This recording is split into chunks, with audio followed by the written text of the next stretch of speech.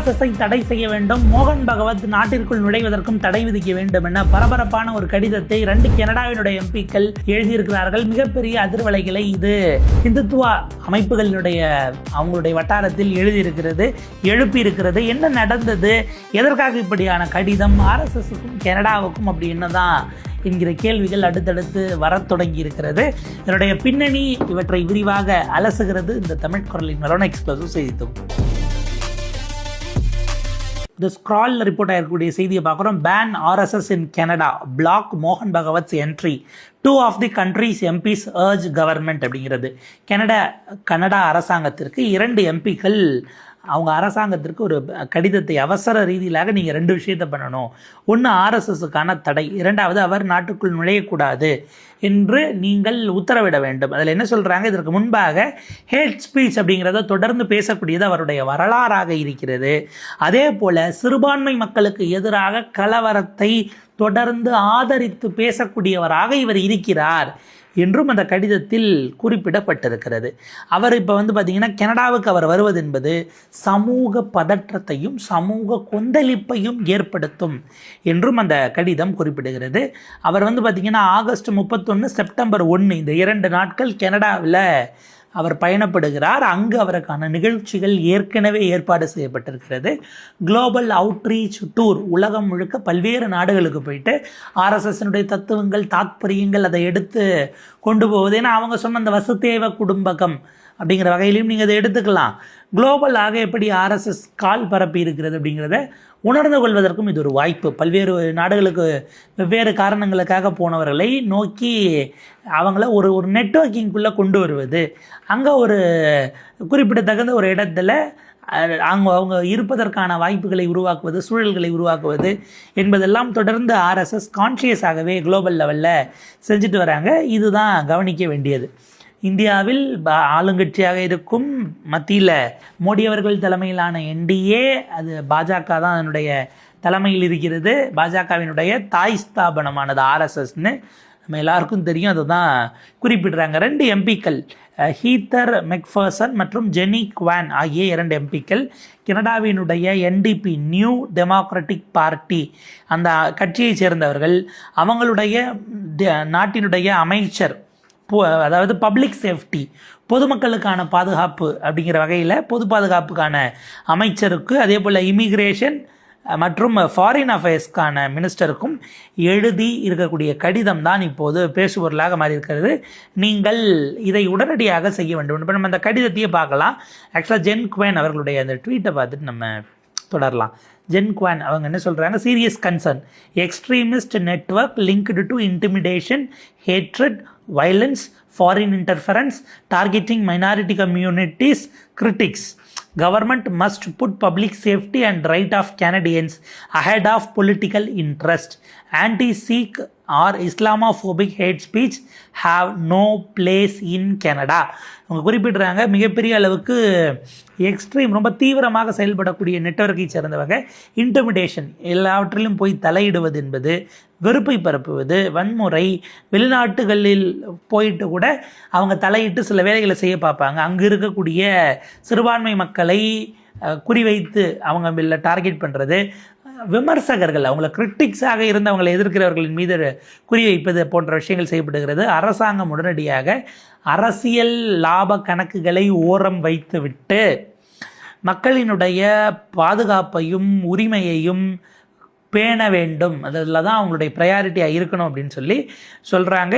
இவங்க கனடாவுக்கு வராங்க அப்படின்னா எப்படியும் சீக்கியர்களுக்கும் இஸ்லாமியர்களுக்கும் எதிராக வெறுப்பு பேச்சு பேசுவதற்கு வாய்ப்பு இருக்கிறது. அப்படியானவர்களுக்கு கனடாவில் அனுமதிக்க கூடாது அப்படின்னு. இப்போ நம்ம அந்த கடிதத்துக்கு வருவோம். அவங்க public safety minister, immigration, refugees and citizenship minister, அதே போல் மினிஸ்டர் ஆஃப் ஃபாரின் அஃபேர்ஸ், இவங்க 3 பேருக்கும் சென்ட் பை இமெயில் இந்த கடிதம் regarding urgent ban RSS from Canada அப்படின்னு ஒரு வரியில் சப்ஜெக்ட், டியர் மினிஸ்டர்ஸ், நாங்கள் உடனடியாக ஒரு அர்ஜென்ட்டான அவசர சூழலில் இந்த கடிதத்தை உங்களுக்கு எழுதுகிறோம். காரணம், உங்களுடைய கவனத்தை ஈர்க்க விரும்புகிறோம். சமீபத்தில் நீங்கள் கனடாவுக்கு மோகன் Bhagwat, leader of a fascist paramilitary organization RSS network at the end of the August இறுதியில் ஒரு பாசிச பேராமிலிட்ரியாக செயல்படக்கூடிய அளவுக்கு அவங்களே ஒரு இராணுவம் அப்படிங்கிற வகையில் அதிகாரம் பொருந்தியவர்களும் காட்டிக்கொள்வதற்காக அமையும் ஒரு ஆர்கனைசேஷனாக இருக்கிறாங்க. அந்த ஆர்எஸ்எஸ் வருகிறார், அதனுடைய தலைவர் மோகன் பகவத் வருகிறார். நாங்கள் உங்களுக்கு உடனடியாக மோகன் பகவத்தை இன்அட்மிசபிள் டு கனடா, அவர் கனடாவுக்குள் நுழைவதற்கு அனுமதிக்க முடியாது என அறிவிக்க கோருகிறோம். ஏனென்றால் அவருடைய கடந்த கால வரலாற்றினுடைய ஹேட் ஸ்பீச், வெறுப்பு பேச்சு என்பது advocacy of violence against religious minorities, சிறுபான்மை மக்களுக்கு எதிராக வன்முறையை ஆதரிப்பது. மூன்றாவது, critics in India and Canada, கனடாவிலும் சரி இந்தியாவிலும் சரி ஆர்எஸ்எஸ்ஸை விமர்சிக்கிறவர்களை குறிவைத்து டார்கெட் செய்து அவர்களோடு இடையூறு செய்வதுங்கிறத தொடர்ந்து செய்கிறாங்க. அதே போல் அவருடைய association with criminal organisation and listed terrorist organisations என்கிற ஒரு அதிபயங்கரமான குற்றச்சாட்டை வைத்திருக்கிறார்கள். எதை சொல்கிறாங்க நமக்கு தெரியல. கனடாவில் அப்படி பேன் செய்யப்பட்ட எந்த அவுட்ஃபிட்டு அவங்களோட ஆர்எஸ்எஸ்க்கு எப்படி தொடர்பு இருக்கிறதுன்னு இவங்க சார்ஜ் கிளைம் பண்ணுறாங்கன்னு தெரியல. மோர் ஓவர் மேபி அந்த ஆர்கனைசேஷன் நேமை குறிப்பிட்டிருந்தா கூட இன்னும் ஒரு கிளாரிட்டி கிடைச்சிருக்கும். Moreover we believe his presence in Canada could lead to social disorder and cause further danger to Canadians who are already subjected to intimidation, transnational repression and threats of violence. இப்போ கனடாவில் இங்கு இருக்கக்கூடிய மக்களுக்கு எதிரானதாக இது திரும்புவதற்கு, கூடுதலாக அவர்களை குறிவைக்கப்படுவதற்கான வாய்ப்பாக இது மாறிவிடும். ஏற்கனவே வன்முறைக்கு குறிவைத்து தாக்குதலுக்கு உள்ளாக்கப்படுகிற அந்த த்ரெட்டில் அதுக்கான வாய்ப்புடையதாக இருக்கிறவர்களுக்கு இது கூடுதல் நெருக்கடி. கெனடியன் செக்யூரிட்டி அஃபிஷியலுக்கு தெரியும், there is considerable evidence of the RSS sphere of influence in Canada. கனடாவுக்குள்ள ஆர்எஸ்எஸ்க்கு எந்த அளவுக்கு அவங்களுடைய இன்ஃப்ளூயன்ஸ் இருக்கக்கூடிய ஸ்பியர் இருக்குது, அது எப்படிப்பட்டது, அதனுடைய பின்னணி என்ன என்பது அரசாங்கத்துக்கு ஏற்கனவே தெரிந்திருக்க வாய்ப்பு இருக்கிறது. முஸ்லிம்ஸ், இஸ்லாமிய மக்கள், சீக்கியர்கள், பட்டியல் சமூக மக்கள், தலித்ஸ் அண்ட் அதர் மைனாரிட்டிஸை தொடர்ந்து அவர்களுக்கு இடையூறும் அதே போல் அவர்கள் மீதான தாக்குதல் எச்சரிக்கைகளும் மிரட்டல்களும் தொடர்ந்து விடப்பட்டு வருவதை நாம் பார்க்கிறோம். ஏற்கனவே கனடாவில் கனடிய குடிமகனாக இருந்தவரை படுகொலை செய்திருக்கிறார்கள். ஹர்தீப் சிங் நிஜார் என்கிறவர், அவரை செஞ்சதையும் நம்ம பார்க்குறோம். அதில் பார்த்தீங்கன்னா senior Indian leadership of the BJP அதில் தொடர்பு இருக்கிறது, ஒரு மெம்பர் ஆஃப் தி ஆர்எஸ்எஸ், இப்படிப்பட்டவங்கள்லாம் இருக்காங்கங்கிற குற்றச்சாட்டு இப்போதும் இருக்கிறது.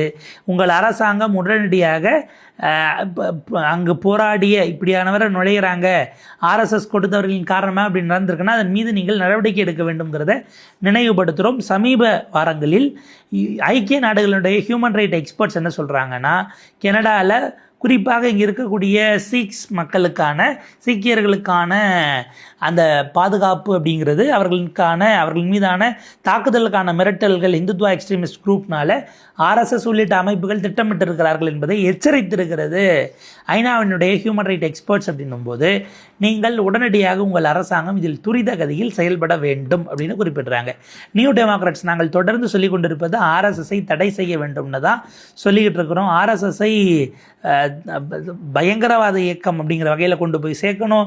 அவர்களோடு தொடர்புடைய எல்லா நெட்வொர்க்குக்கும் நீங்கள் சாங்ஷன்ஸ் விதிக்க வேண்டும் அப்படிங்கிறதையும் நாங்கள் குறிப்பிடுறோம். ஆனால் இப்படி பல எவிடன்சஸ் இருந்தபோதும் கெனடியன்ஸுக்கு எதிராக உங்கள் அரசாங்கம் ஆர்எஸ்எஸ்ஸின் மீது ஏன் இப்போது வரை நடவடிக்கை எடுக்கவில்லை? மாறாக உங்கள் அரசாங்கம் மோடி அரசுக்கு சமீப காலமாக தொடர்ந்து அவர்களோட நெருக்கத்தை காட்டி வருகிறீர்கள். இங்கே இருக்கக்கூடியவர்கள் இப்படியான உங்களுடைய லிபரல் கவர்மெண்ட்டுக்கு நம்முடைய நலன் சார்ந்து பாதுகாப்பு உணர்வோடு இருக்க வேண்டும் என்கிற அந்த விஷயங்களின் மீது அக்கறை இல்லையா என்கிற கேள்வியையும் சந்தேகத்தையும் இப்போது நமக்கு எழுப்பியிருக்கிறது. நாங்கள் ஒரு விஷயத்தை தெளிவாக சொல்கிறோம், கனடாவுக்கு மோகன் பகவத்தினுடைய வருகை என்பது கெனடியன்ஸுக்கு பாதுகாப்பானது இல்லை. அது ஒரு அபாயத்தை உருவாக்கக்கூடியது. அவர் இங்கு வரவேற்று அவரை அழைப்பதற்கு எதுவும் இல்லை. உடனடியாக ஆர்எஸ்எஸ்ஸையும் ஆர்எஸ்எஸ்னுடைய உறுப்பினர்களையும் தடை செய்ய வேண்டும் அப்படின்னு ஹீத்தர் மெக்ஃபர்சன் மற்றும் ஜெனி குவான் ஆகியோர் என்டிபியினுடைய கிரிட்டிக் ஃபார் ஃபாரின் அஃபேர்ஸ், அவங்க எம்பி ஃபார் எட்மோண்டன் ஸ்ட்ராத்கோனா, அதே போல் இவங்க வேன்கோவர் ஈஸ்டினுடைய MP Jenny Kwan immigration public சேஃப்டிக்கான, அதாவது அதனுடைய கிரிட்டிக்காக அவங்க இருக்கிறதுனால ஆப்வியஸாக அவங்க அந்த கடிதத்தை எழுதியிருக்கிறார்கள். சம்மந்தப்பட்ட அமைச்சர்களுக்கு எதிர்க்கட்சியின் தரப்பில் நாங்கள் இப்படி ஒரு ப்ரேயரை வைக்கிறோம் அப்படிங்கிறதாகத்தான் அவர்கள் இருவரும் எழுப்பியிருக்கிறார்கள். இதே நேரத்தில் பார்த்திங்கன்னா இது மட்டும் தானா, யாரோ 2 எம்பிக்கள் எதிர்க்கட்சி ஆளுங்கட்சியினருக்கு தொல்லை கொடுப்பதற்கு இப்படியான வேலைகளை செய்யலாம் தானே. நீங்கள் இதை ஏன் அரசியல் ரீதியிலாக, ஏன்னா இப்போ இவங்க கூட்டினா அவங்க நாடகம்பாங்க. திமுக கடந்த காலத்தில் அனைத்து கட்சி கூட்டம் போட்டுச்சு, விஜய் அவர்கள் நாடகம்னாது, விஜய் நேற்றைக்கு போடுகிறார், இவங்க கபட நாடகங்கிறாங்க. இந்த மாதிரி தானே அப்படின்னு நம்ம எடுக்கலாம்னா அங்கே இருக்கக்கூடிய சிவில் குரூப்ஸும் இதற்கு எதிர்ப்பு தெரிவித்திருக்கிறார்கள் என்பது கூடுதல் செய்தியாக இருக்கிறது. Civil society group opposes Bhagwat visit. More than 40 Canadian civil society and faith based organisations. அங்கே இருக்கக்கூடிய கனடாவில் இருக்கும் 40க்கும் மேற்பட்ட பொதுமக்களினுடைய அமைப்புகள், அதே போல் மத ரீதியிலாக இயங்கக்கூடிய அமைப்புகளாக இருந்தாலும் சரி, மத நம்பிக்கை கொண்டவர்களுக்கான அமைப்புகள், இவர்கள் எல்லோரும் கூட கண்ட்ரியினுடைய பப்ளிக் சேஃப்டி மினிஸ்டர் அவருக்கு கேரி ஆனந்த சங்காரி அவருக்கு கடிதம் எழுதுகிறார்கள். சாங்காரி அப்படிங்கிறவர் அவருக்கு உடனடியாக மோகன் பகவத்தை நீங்கள் அனுமதிக்கக்கூடாது என்றும் கடிதம் எழுதி அவரை அர்ஜி பண்ணியிருக்கிறாங்க. நீங்கள் வந்து இதில் உடனடியாக முடிவெடுக்க வேண்டும், நடவடிக்கை எடுக்க வேண்டும் அப்படின்னு மக்தூப் மீடியா அதை ரிப்போர்ட்டும் பண்ணியிருக்கிறாங்க.